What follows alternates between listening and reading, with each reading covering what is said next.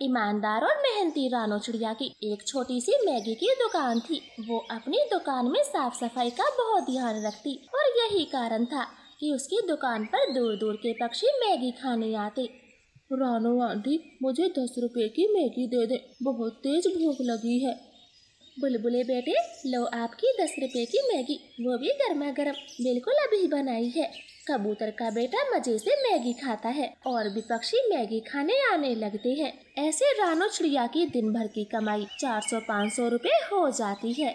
200-300 और ये पूरे 500। गुड़िया बेटी, आज पूरे 500 रुपए की बचत हुई है। मम्मा, मेरे लिए नए सैंडल और फ्रॉक कब लाओगी? मैं नाराज हूँ आपसे। गुड़िया बेटी, दिन में मुझे टाइम ही नहीं मिलता। चलो अभी नई फ्रॉक और सैंडल लेने चलती है।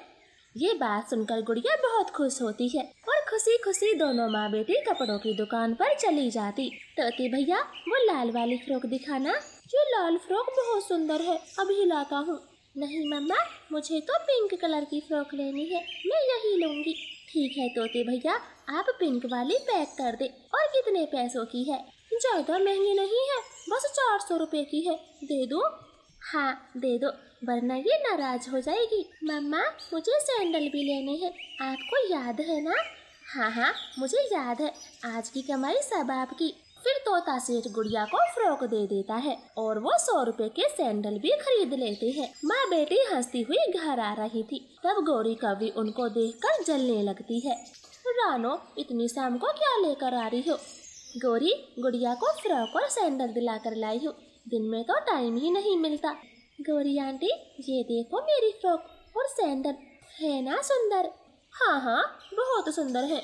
ऐसे वो दोनों अपने घर में घुस जाती है। तब गौरी कवि अपने पति कालू से कहती है, कालू, कुछ शर्म कर लो। वो छोटी विधवा चिड़िया अपनी बेटी को महंगे महंगे सामान दिला रही है, उसे पैसों की कोई कमी नहीं है। और एक मैं हूँ, बाजार की शकल भी भूल गई। चिड़िया की मैगी की दुकान है, वो दिन के आराम से 400-500 रुपए कमा लेती है। कालू, मैगी बनाने में है ही क्या, बहुत आसान है, क्यों ना हम भी मैगी की दुकान खोलें? ठीक है, मैं कल ही मैगी की दुकान लगा लूंगा, अब सो जाओ। फिर दूसरे दिन कालू गौरी भी मैगी बनाने का सारा सामान खरीद लाते हैं और चिड़िया की दुकान के सामने अपनी मैगी की दुकान लगाते हैं। गौरी जाओ, रानो कैसी मैगी बनाती है, अच्छे से देख कर आओ।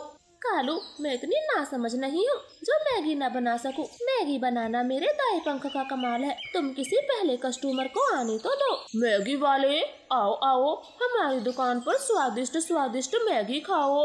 मैगी वाले। काफी देर के बाद उनकी मैगी खाने एक कबूतर आता है। गौरी फटाफट उसे मैगी बना कर देती, जो दिखने में किसी खिचड़ी से कम नहीं लग रही थी। कौवो, ये क्या दे दिया? मैंने खिचड़ी नहीं, मैगी मांगी थी। कबूतर, ये बहुत स्वादिष्ट मैगी है, शकल पर मत जाओ, खा कर देखो, तब इसमें नुक्स निकालना। गौरी के बोलने पर कबूतर मैगी खाता है। थू थू, बहुत बुरा स्वाद है, नमक के मारे कड़ी जहर। इस मैगी ने मेरा मूड खराब कर दिया, अब भूल कर भी तुम्हारी दुकान पर नहीं आऊँगा। कबूतर, मैगी के पैसे तो देते जाओ। काहे के पैसे? मैंने खाया ही क्या है, ये रखे अपने पास। मैं चला रानो की मैगी खाने। फिर कबूतर रानो की दुकान पर चला जाता है।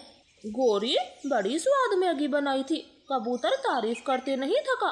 तुमने तो चिड़िया की मैगी भी फेल कर दी।